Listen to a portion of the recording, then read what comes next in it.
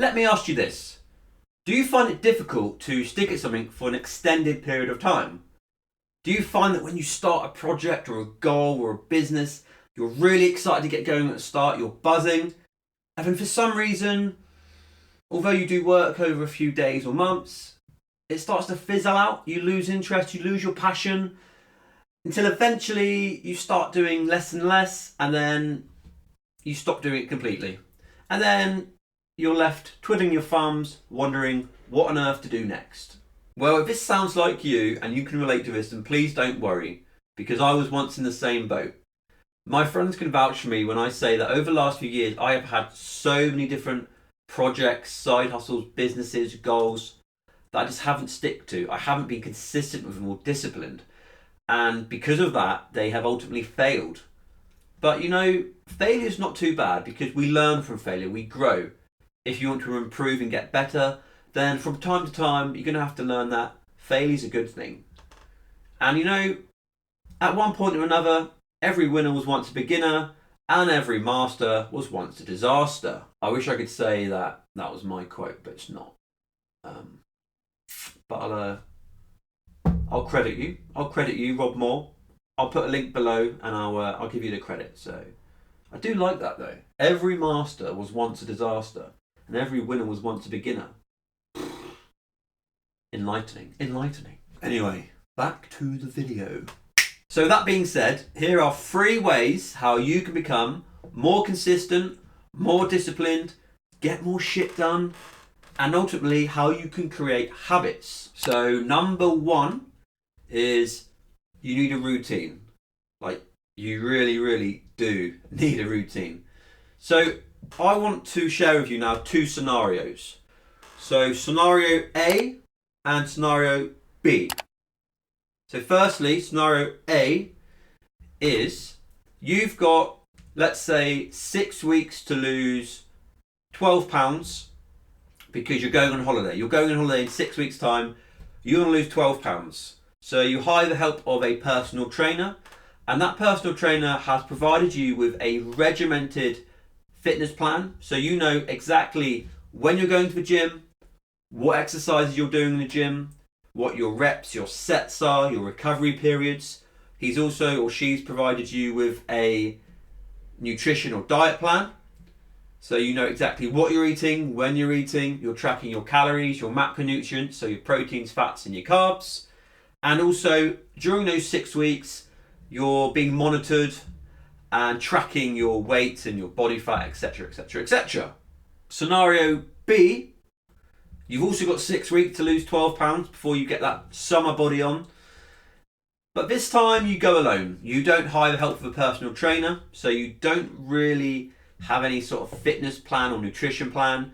You sort of just go to the gym as and when you feel like it, as and when you can. You try and watch what you eat, but ultimately you don't really know what you're doing. And you might step on the scales once or twice over the course of 6 weeks. So out of those 2 scenarios, scenario A and B, who do you think is going to lose the £12? Who do you think would have the better performance, the better results? Now, if you've gone with scenario B, the one with no personal trainer, no fitness plan, then you'll be pleased to know you're right!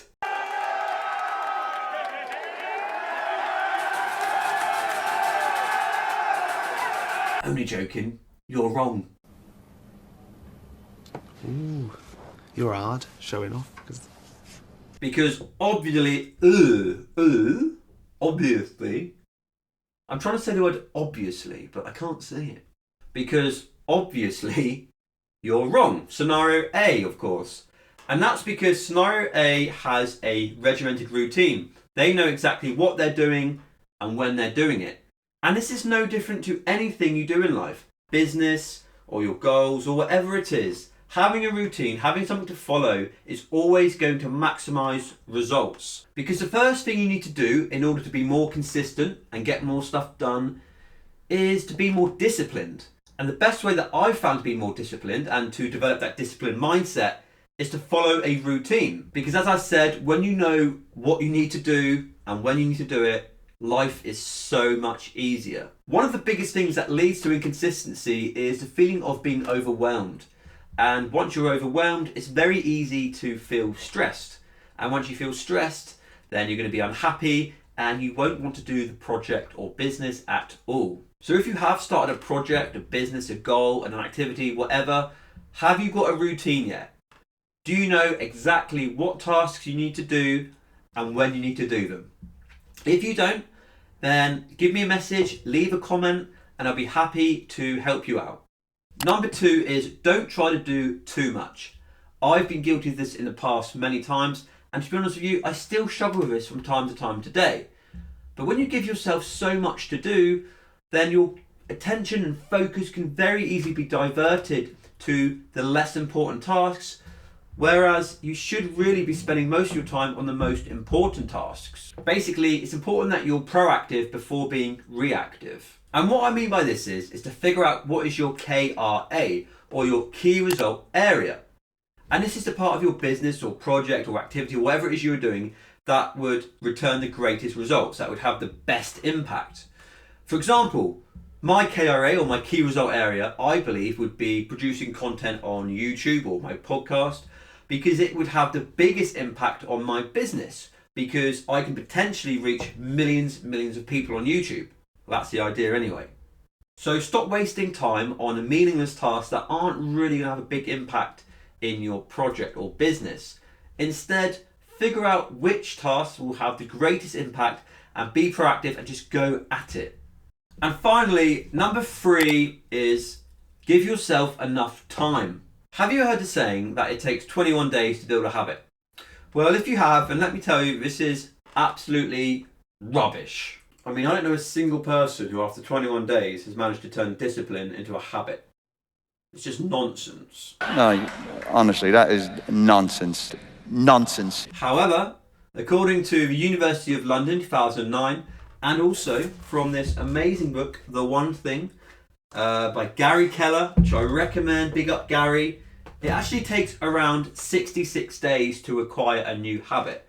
Of course, this will vary from person to person, but they found that 66 days is a sort of average. It's a kind of sweet spot. So please, give yourself enough time, be patient, don't expect so many things in such a little time, and remember, Rome wasn't built in a day. So to summarise, number 1, you need a routine. Number 2, stop doing so much.